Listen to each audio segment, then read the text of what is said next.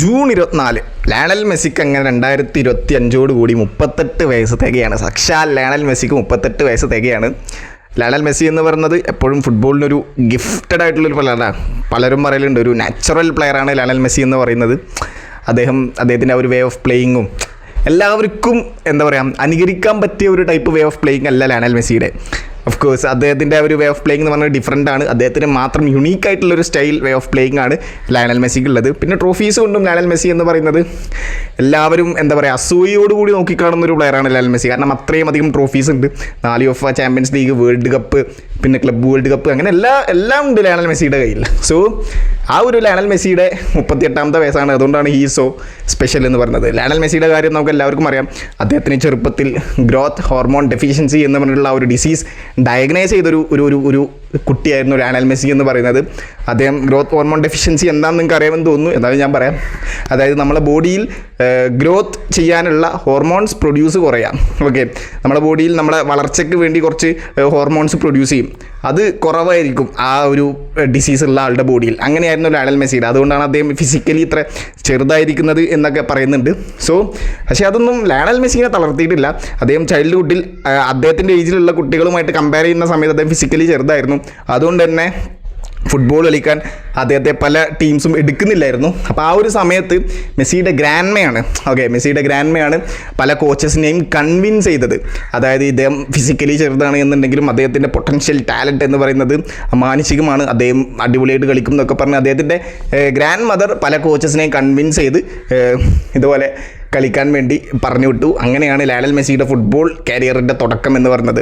അദ്ദേഹത്തിൻ്റെ സെലിബ്രേഷൻ നമുക്കറിയാം. ഈ ഒരു സെലിബ്രേഷൻ അതെപ്പോഴും അദ്ദേഹം തന്നെ പറഞ്ഞിട്ടുണ്ട്, ആ ഒരു സ്കൈയിലോട്ട് നോക്കി കിസ് ചെയ്യുന്നത് അദ്ദേഹത്തിൻ്റെ ഗ്രാൻഡ് മദറിനുള്ള ഒരു ട്രിബ്യൂട്ടാണ്. കാരണം അദ്ദേഹത്തിൻ്റെ ഫുട്ബോൾ കരിയർ സ്റ്റാർട്ട് ചെയ്തത് ഗ്രാൻഡ് മദർ കാരണമാണ്. അങ്ങനെ ലയണൽ മെസ്സി അദ്ദേഹത്തിൻ്റെ ഫുട്ബോൾ കരിയർ തുടങ്ങി. പിന്നെ ലാമാസിയയിലോട്ട് പോയി. അവിടെ പിന്നെ അദ്ദേഹം എന്താ പറയുക അമാനുഷിക പ്രകടനങ്ങളും കുറേ ഗോളുകളും ഒക്കെ നടത്തിയത് കൊണ്ട് തന്നെ അദ്ദേഹത്തിൻ്റെ മെയിൻ ബാഴ്സലോണ ടീമിലോട്ട് എടുത്തു. നമുക്കറിയാം അദ്ദേഹം ആ ഒരു ലോങ് ഹെയറിലൊക്കെ ബാഴ്സലോണ ടീമിൽ ഇറങ്ങി. റൊണാൾഡീനിയോയുടെ അസിസ്റ്റിൽ നിന്നും ആ ഒരു സ്കൂപ്പിംഗ് ഗോൾ, ആദ്യം ഒരു ഗോൾ ഇട്ടു, പക്ഷേ അത് ഓഫ് സൈഡായിട്ട് മാറി. രണ്ടാമതും ആ ഒരു സെയിം വേയിൽ അദ്ദേഹത്തിൻ്റെ ആ ഒരു ഫസ്റ്റ് ഗോൾ ഇട്ടു. എല്ലാവർക്കും അറിയാം അത്.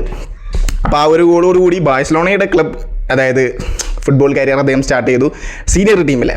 ഓക്കെ, പിന്നെ അവിടുന്ന് നടന്നത് ഞാൻ പറയണ്ടല്ലോ, അദ്ദേഹത്തിൻ്റെ ഫസ്റ്റ് ഹാട്രിക്ക് റയൽ മാഡ്രിഡിനെതിരെയാണ്. ഓക്കെ, കരിയറിലെ ഫസ്റ്റ് ബാഴ്സലോണയുടെ ഹാട്രിക് എന്ന് പറയുന്നത് റയൽ മാഡ്രിഡിനെതിരെ. അവിടെ തന്നെ നമുക്കറിയാം അദ്ദേഹം എത്രത്തോളം ഇമ്പോർട്ടൻ്റ് ആയിട്ടുള്ള എത്രത്തോളം ടോപ്പ് പ്ലെയർ ആണ് എന്നുള്ളത്. സോ പിന്നെ പെപ് ഗാർഡിയോള എന്ന് പറഞ്ഞിട്ടുള്ള കോച്ച് ബാഴ്സലോണയ്ക്ക് വേണ്ടി കോച്ച് ചെയ്യാൻ വന്നു. പെപ് ഗാർഡിയോള ആദ്യത്തെ സീസണിൽ നല്ല അത്യാവശ്യം മെസ്സി എന്ന് പറയുന്നത് അദ്ദേഹത്തിൻ്റെ ആ ഒരു സ്റ്റാൻഡേർഡ് കീപ്പ് ചെയ്ത് ആ ഒരു ക്ലാസ് പ്ലെയറിൽ അങ്ങനെ കളിച്ചുകൊണ്ട് പോയി. പിന്നെ പെപ് ഗാർഡിയോളയ്ക്ക് ഒരു ടാക്ടിക്സ് കൊണ്ടുവരണം എന്ന് തോന്നി മെസ്സിയെ വെച്ച്. അങ്ങനെയാണ് അദ്ദേഹത്തെ ആ ഒരു പെട്ടെന്ന് രാത്രി വന്ന് ഫോൾസ് 9 ആ ഒരു പൊസിഷനിൽ മെസ്സിയെ കളിപ്പിക്കുക എന്നുള്ള രീതിയിൽ അദ്ദേഹം ടാക്ടിക്സ് കൊണ്ടുവന്നു. പിന്നെ അവിടെ നടന്നത് നമുക്കറിയാം. അവർ ട്രബിൾ നേടുന്നു, കുറേ ട്രോഫികൾ നേടുന്നു, മെസ്സി ബാലൻഡിയോറുകൾ നേടുന്നു, ഗോളടിക്കുന്നു, പിന്നെ 4 ബാലൻഡിയോർ നേടുന്നു. ദാറ്റ് മീൻസ് 4 ഇയർ കണ്ടിന്യൂസ് ആയിട്ട് ബാലൻഡിയോർ നേടുന്നു. അതിൻ്റെ തൊട്ട് മുമ്പ് വരെ വാൻ ബാസ്റ്റനും യുവാൻ ക്രൂയിഫും ഇവർ 3 ബാലൻഡിയോർ വെച്ച് നേടുന്നു. അതായിരുന്നു ഏറ്റവും ടോപ്പിലുണ്ടായിരുന്നത്. അതൊക്കെ അങ്ങോട്ട് ഒരു 4 വർഷം കൊണ്ട് തകർത്ത് കളഞ്ഞു ലയണൽ മെസ്സി എന്ന് പറയുന്നത്. 2009, 10, 11, 12 ഈ 4 വർഷങ്ങളിലും ബാലൻഡിയോർ ലയണൽ മെസ്സിയാണ് നേടിയത്. ഇങ്ങനെ 4 വർഷം കണ്ടിന്യൂസ് ആയിട്ട് വേറെ ആരും നേടിയിട്ടില്ല. നമുക്കെല്ലാവർക്കും അറിയുന്നൊരു കാര്യമാണ്. പിന്നെ ലയണൽ മെസ്സി 2015 അവരുടെ ആ ഒരു ട്രബിൾ സീസണിൽ, ലൂയിസ് എൻറിക്കെ അണ്ടറിലുള്ള ആ ഒരു ട്രബിൾ സീസണിൽ അദ്ദേഹം വീണ്ടും ബാലൻഡിയോർ നേടി. 2019 ബാലൻഡിയോർ നേടി. പിന്നെ 2021 അർജന്റീനയ്ക്ക് വേണ്ടി ആദ്യമായിട്ടൊരു മേജർ ട്രോഫി നേടിയത് കൊപ്പ അമേരിക്ക. മറക്കൂല, ബ്രസീലിനെ പരാജയപ്പെടുത്തിയ ഒരു ഫൈനലിൽ 1-0 എന്നുള്ളൊരു സ്കോറിന് അർജന്റീന വിജയിച്ച ആദ്യമായിട്ടൊരു മേജർ ട്രോഫി അർജന്റീനയ്ക്ക് വേണ്ടി സ്വന്തമാക്കി. ആ ഒരു ഇയറിലും ബാലൻഡിയോർ നേടി. പിന്നെ 2022 അത് ഞാൻ പറയണ്ടല്ലോ, വേൾഡ് കപ്പ് നേടിയ വർഷം അർജന്റീന. അത് പല അർജന്റീനയെ ഇഷ്ടപ്പെടുന്ന പല ആളുകളുടെയും ഫേവറേറ്റ് മൊമെൻ്റാണ്, ലൈഫ് ടൈം മൊമെൻ്റാണ് ആ ഒരു മൊമെൻറ്റ് എന്ന് പറയുന്നത്. പലരോടും ഇപ്പോഴും ലൈഫിലെ അർജന്റീനയെ ഇഷ്ടപ്പെടുന്ന ആൾക്കാരോട് ലൈഫിലെ ഏറ്റവും ഇഷ്ടപ്പെട്ട മൊമെൻറ്റ് ഏതാണെന്ന് ചോദിച്ചു കഴിഞ്ഞാൽ അവർ പറയും ചിലപ്പോൾ നല്ല അവർ പറയും അർജന്റീന വേൾഡ് കപ്പ് എടുത്ത ദിവസമാണെന്നുണ്ട്. കാരണം ഒരു യുണീക്ക് മൊമെൻ്റാണിത്, ലൈഫ് ടൈം അച്ചീവ്മെൻറ്റ് മൊമെൻ്റാണ് പലർക്കും അത്. അങ്ങനെ ആ ഒരു ഇയറിലും ബാലൻഡിയോർ നേടി. പിന്നെ ബാലൻഡിയോർ മാത്രമല്ല, 8 ബാലൻഡിയോർ അങ്ങനെ അദ്ദേഹം കംപ്ലീറ്റ് ചെയ്തു. ഏറ്റവും കൂടുതൽ ബാലൻഡിയോർ നേടിയ പ്ലെയറാണ് ലയണൽ മെസ്സി. ഏറ്റവും കൂടുതൽ ഗോൾഡൻ ബൂട്ട് നേടിയ പ്ലെയറാണ് ലയണൽ മെസ്സി. പിന്നെ ഏറ്റവും കൂടുതൽ IFFHS മറ്റേ പ്ലേ മേക്കർ അവാർഡ് നേടിയ പ്ലെയറാണ് ലയണൽ മെസ്സി. അങ്ങനെ കുറേ ട്രോഫികളുണ്ട്. അദ്ദേഹം എനിക്ക് തോന്നുന്നു ഫിഫയുടെ ഗോളുകളിൽ ആകെ പുസ്കാസ് അവാർഡ് മാത്രമാണ് അദ്ദേഹം എടുക്കാത്തത്. ഫോമി എനിക്ക് സത്യസന്ധമായിട്ട് പറയാലോ, അദ്ദേഹം പുസ്കാസ് അവാർഡിന് ഡിസേവിംഗ് ആയിട്ടുള്ള പ്ലെയറാണ്. ഏറ്റവും കൂടുതൽ ഡിസേവിംഗ് ആയിട്ടുള്ള പുസ്കാസ് അവാർഡിന് ഡിസേവിംഗ് ആയിട്ടുള്ള പ്ലെയർ ലയണൽ മെസ്സിയാണ്. അദ്ദേഹത്തിൻ്റെ ആ ഒരു അങ്കര മെസ്സി ഗോളൊക്കെ നമുക്കറിയാം, ഇൻഡിവിജ്വൽ പെർഫോമൻസിലൂടെ നടത്തിയ ആ ഒരു അങ്കര മെസ്സി ഗോൾ. പക്ഷേ ആ ഒരു സമയത്ത് ഫിഫ പുസ്കാസ് അവാർഡ് ഇതില്ല, കൊടുക്കുന്നില്ല. പിന്നെയാണത് വന്നത്. ഫസ്റ്റ് കൊടുത്തത് ക്രിസ്ത്യാനോ റൊണാൾഡോക്കാണ്, നമുക്കറിയാം. അങ്ങനെ മെസ്സി 2011-12 നെയ്മർ നേടിയില്ല. ആ ഒരു സീസണിൽ മെസ്സി നോമിനിയിലുണ്ടായിരുന്നു. 2015 നോമിനിയിലുണ്ടായിരുന്നു. പക്ഷേ അതിലൊന്നും കിട്ടിയില്ല. പക്ഷേ മെസ്സിക്ക് അത് കിട്ടിയില്ല വിചാരിച്ച് വലിയ കാര്യമൊന്നുമില്ല പുസ്കാസ് അവാർഡൊന്നും.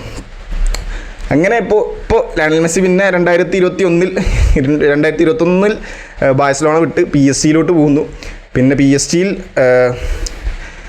അവിടെ 2 കൊല്ലം നിൽക്കുന്നു. അവിടെ അത്ര നല്ല സീസൺ അല്ലായിരുന്നു ലയണൽ മെസ്സിക്ക്. പിന്നെ ഇന്റർ മിയാമിയിലോട്ട് പോയി.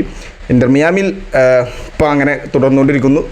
ഇന്റർ മിയാമി ഏറ്റവും എന്താ പറയുക, തുടക്കം തന്നെ ഗ്രൂപ്പ് സ്റ്റേജിൽ തന്നെ എലിമിനേറ്റഡ് ആയി പോകുമെന്ന് പറഞ്ഞ ടീമായിരുന്നു ക്ലബ്ബ് വേൾഡ് കപ്പിൽ ഇന്റർ മിയാമി. പക്ഷേ ആ ഒരു ഇന്റർ മിയാമി ഇപ്പോൾ റൗണ്ട് ഓഫ് 16 ക്വാളിഫൈ ആയി. അതിലൊരു ഇമ്പോർട്ടൻ്റ് ആയിട്ടുള്ള റോള് ലയണൽ മെസ്സിക്ക് തന്നെയാണ്.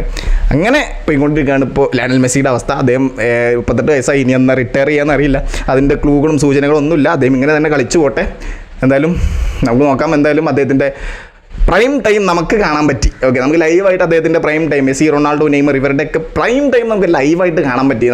നമ്മുടെ ഒരു ഭാഗ്യമാണത്. ആ ഒരു എറ നമുക്ക് കാണാൻ പറ്റി. റൊണാൾഡോ, മെസ്സി ആ ഒരു എറയൊക്കെ, മെസ്സിയുടെയും പ്രൈം ടൈം നമുക്ക് കാണാൻ പറ്റി. സോ നമ്മളും ഭയങ്കര ലക്കിയാണ്. So thank you so much.